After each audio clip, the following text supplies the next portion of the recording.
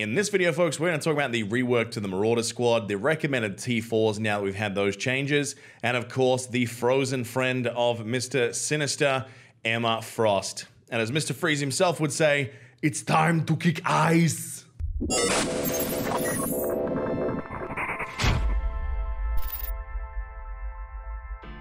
Welcome back to Alternate Reality, folks. I am Chewburger84. It's a pleasure to have you back for some more Marvel Strike Force content. And today is a big one because we have a massive new character coming to the game with Emma Frost, which means we have to have a fresh look at the Marauder squad, which looks set to dominate heavily in war defense from now on. She is going to be a game changer, folks.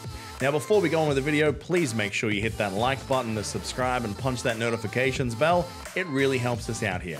So what we're going to do first is go through the kit of Emma Frost, then we're going to talk about the changes to the existing Marauder squad, and then finish up with the new T4 recommendations for war defense specifically, and then we'll talk about some expansions on what you might be able to do in things like raids. So let's jump into it.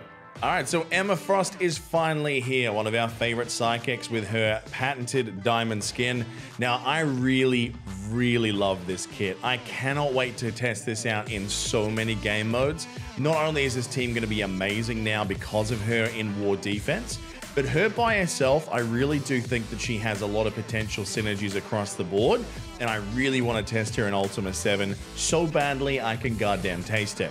So let's talk about her basic first. She's a villain global mutant controller, and she's basically going to hit a primary target for 290% damage and then flip to positive effects to negative effects, which for a basic is really good. Now, Emma Frost does have a charge mechanic as well, and when she is charged, she's going to hit for a little bit more damage, up to 340%, and then clear 2 positive effects instead. Now, the extra damage versus the ability to flip, I don't know that I love that. I think I'd prefer to be able to do it without the charged, but there are some situations where it's better to clear buffs rather than flip them. For example, if you're going up against a Scientist Supreme or AIM squad, or if you're going up against a Thanos, their ability to flip those debuffs into their own benefits can work against you. So it's still very good being able to clear buffs at any time. But one of the best parts about her kit is that diamond form, her special. So she's going to have an energy cost of 3 on this. It is so tiny that you're going to be able to use this ability all the time. It's awesome. So she's going to start off with charged, then clear that charged. She's going to barrier herself for 20%, which is pretty good because you want that durability, especially in war defense and raids.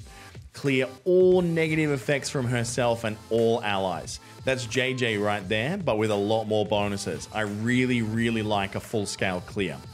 Then apply immunity to self and all mutant villain allies. This is going to make this team an absolute nightmare after Emma Frost takes her first turn, because nothing is going to stick. No blinds, no debuffs, no ability blocks, nada. It's not going to work. So I really like that. Then she's going to slow everyone and then regain charged. That part of her kit, there's everything to love right there. All right, the cleanse, the slow, the immunity on that team, it is really effective. Now, the ultimate is nothing to sleep on either, folks. So this is going to be, again, a very low energy cooldown. I really hope this trend continues of low energy cooldowns with these new characters, because we've had so many that are one-trick wonders with 6 and 7 turn cooldowns. It's really nice to see these controllers coming through with much better kits. So she's going to clear all positive effects from all enemies, and her focus is decent, so there's a very good chance she's going to pull this off. Then she's going to blind the primary target, but this is probably my favorite mechanic so far in 2020. She's going to mind control the 2 highest damage characters currently on your screen, whether they're yours or your enemies. This is huge, because one of the things that's kind of imbalanced in this game is red stars, and someone can just overpower you. But with this kit, it means if someone brings in a damage dealer that's too strong, it can actually work against the person who's trying to attack you on war defense. Now, not only is it going to mind control those 2 characters, it is going to have them do an additional 40% damage compared to their normal. This is huge. I also can't wait to test this in things like Ultima 7 D5, I can't wait to test this in things like DD3 because the scaling damage of those characters, the potential of this is absolutely massive and potentially game-changing. And if that's not enough, if you do get a kill on that mind control, that blind that just disappeared from the dead guy, don't worry, you didn't waste it. It's going to go straight across to the next character who's about to take their turn. Whoever has the highest speed bar on the enemy team, that's a non-summoned ally. That ability is massive. And the fact that you can do it every 4 turns is beyond insane. All right, part of me wants to park something like an energy feed right next to her and just watch her go and go and go. This kid is awesome. Now her passive, the White Queen, she heals 15%, which is always likable. But then she applies negative 10% speed bar to all enemies. Now, when she does have charge, she's going to have 400% armor and 500% resistance. The flavor of this kit is really cool in the sense that she has her diamond skin when she's charged, which in other words is when she's not attacking. But you might have noticed that when she does attack, she loses that charge. So she kind of almost is vulnerable. I love that flavor. Everything about this kit so far I'm very much in love with, and I cannot wait to get my hands on her. Now, this is the missing piece for the war defense team of the Marauders, okay? They're very, very squishy currently, and you can pull that Strife apart pre-rework. But now, with Emma Frost on the team and a T4 in that passive, you can get 2 turns of defense up on spawn for her and the Marauder squad, meaning they are going to be very, very tough to take down. This is probably, in my opinion, the best kit that we've seen outside of Ebony Maw so far this year. It is an incredible looking kit, and I really want to know how they're releasing this character because a kit like this is borderline legendary. So I'm excited. I hope you guys are too. Let's talk about the other changes to the Marauder squad now, and then we'll get into the T4s after that. With Emma Frost comes a lot of changes that really take this squad to being something special on war defense. Now, Sabretooth has had multiple coats of fresh paint already in this game. He never quite felt like the big threat that he needed to be within this squad to really scare that offensive team. But the buff that he's gotten now might just take him to where he needs to be. You see, what's going to happen now is he is going to gain an additional 5% damage per Brotherhood or Mutant ally. Now, that stacking damage of 20% is really going to come in handy. And I think if you're in possession of a 5 Red Star Sabretooth or higher, this guy is really going to cause some trouble for the enemy team. Because remember, Sabretooth is going to reach out for an assist every time one of your Marauders uses a non-attacking ability, and then coming in behind him is Mystique following as well. That stacking damage just by the abilities coming through from Frost and also from Sinister, that is really going to add up with up to an additional 5 turns of damage over the first 2 rounds. That's an incredible amount of potential damage and does put that as a candidate for a really high investment T4. Now, with Mr. Sinister himself, he hasn't changed too much. A lot of it is just to include Emma Frost in the wording of some of the bonuses. So she will get the additional 30% health for maximum, as well as the Marauders. She's also going to be up for possible healing as well, with the redistribution of 10% health on his passive. But the real big thing here that's changed is because of Strife. Now, with Strife, Strife is now going to get, on this passive, a stack of regeneration on every one of Mr. Sinister's turns. Now, why is that important?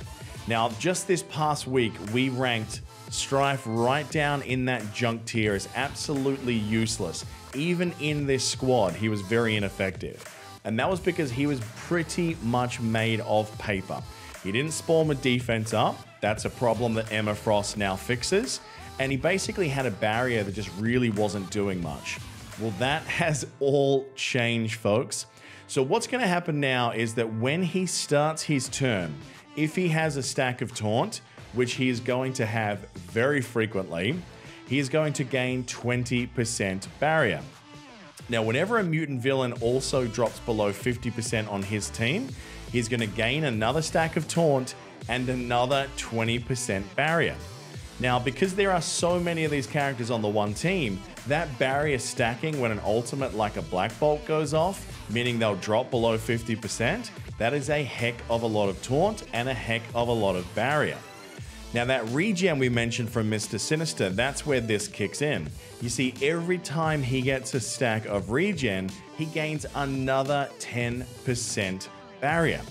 So realistically, he has a way in one turn of getting up to 50% barrier before we even talk about the buffs to his special, which gains us even more barrier. A very high red star Strife could be a nightmare to take down.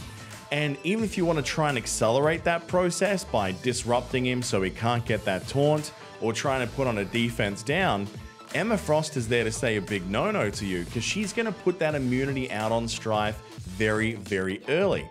This rework to these three characters, very, very simple, but unbelievably effective. I think this is going to catapult them from a very good war defense team to top tier. All right, I think some of those big squads who have a lot of red stars on this, especially a big Sabretooth, especially a big Strife, is really going to cause some carnage, and I cannot wait to see it in action. So without any further ado, let's take you through the new T4 recommendations for the Marauders on war defense. Okay, the part you really wanted, let's get into this. Now, this is actually a really, really tough list to do because most of these are going to be based on war defense and the best bang for buck. The most controversial one, of course, is the Sinister ult. See, in so many teams that involve Mr. Sinister, his ult would be #1 recommended almost every time. Be able to upgrade the skill level of all of the clones' abilities is very, very good. So why is it at #3? The answer is war defense. War defense means that the AI is going to play it like an absolute moron. If they have a tank like a Drax or something like that, you are going to clone probably the worst option out there.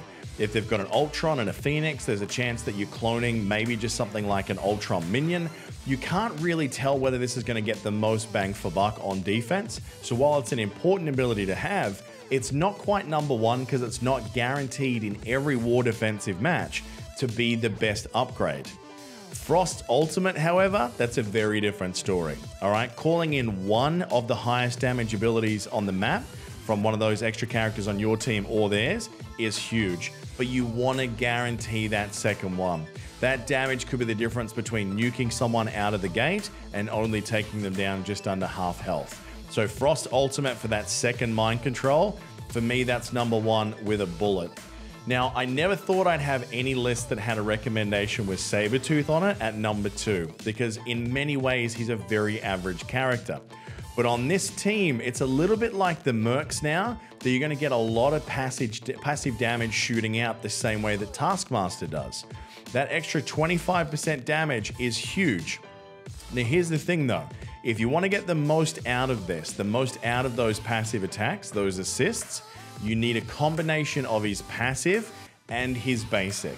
Now you can get away with just the passive, that's going to work really well, but if you really want to min-max this guy, you want to get that basic as well, because remember, the more you take a basic up, the more damage they're going to do on those assists. So that's definitely something to have a look at with that combination. Now, Frost passive is also very, very good for this war defensive team. It is what gives you the guaranteed chance on spawn for the 2 turns of defense up for the Marauders. It is a must-have for war defense. Now, the Sinister Special, the reason this is here is that you want to make sure under all circumstances that Mystique and Sabretooth always have offense up whenever possible.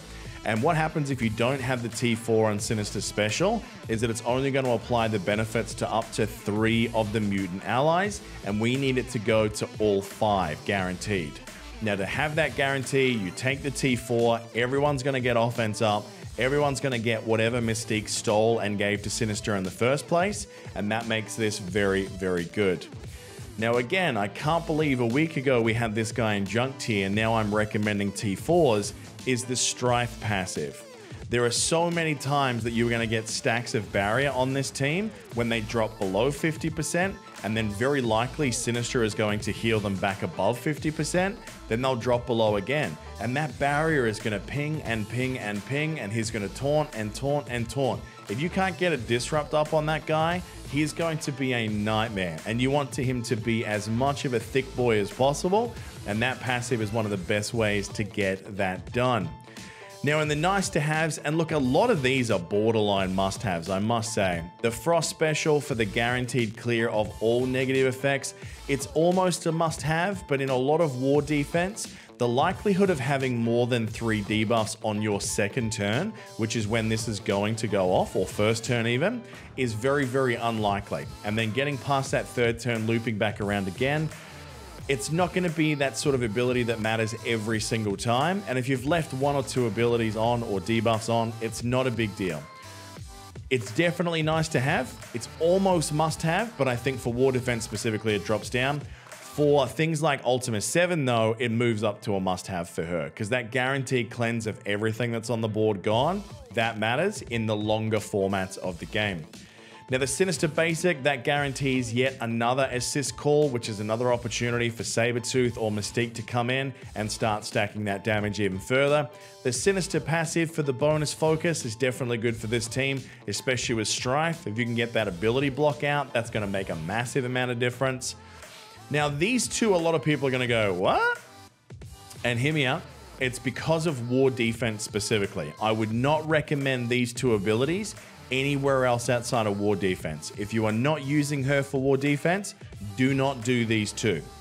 Now, the Mystique passive guarantees that whenever there is a non-attack ability used, she's going to assist. Exactly the same as Sabretooth. So the same combination is there.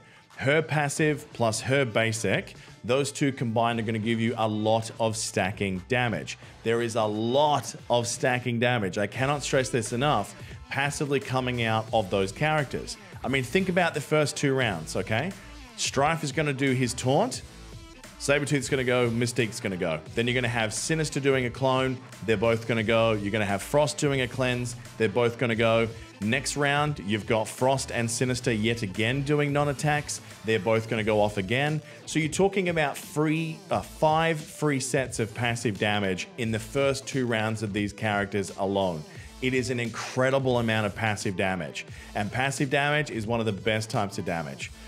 Now, her special is very, very close because of the ability to take away 2 of the enemy's buffs every time she goes through with her special. But it is relatively situational. Her damage is relatively low. So it's one of those ones that didn't quite make the list, but it's very, very close. Now, this team is going to be monstrous. What do you guys think? Do you think we got these T4s right? Do you think we need to have a look at these again? Make sure you let us know in the comment section below. And what do you think of Emma Frost? Are you as pumped as I am, or am I crazy and I've got it all wrong? I can't wait to hear from you guys with the feedback. One more time, make sure you hit that like, subscribe, notification bell, and until next time, cheers.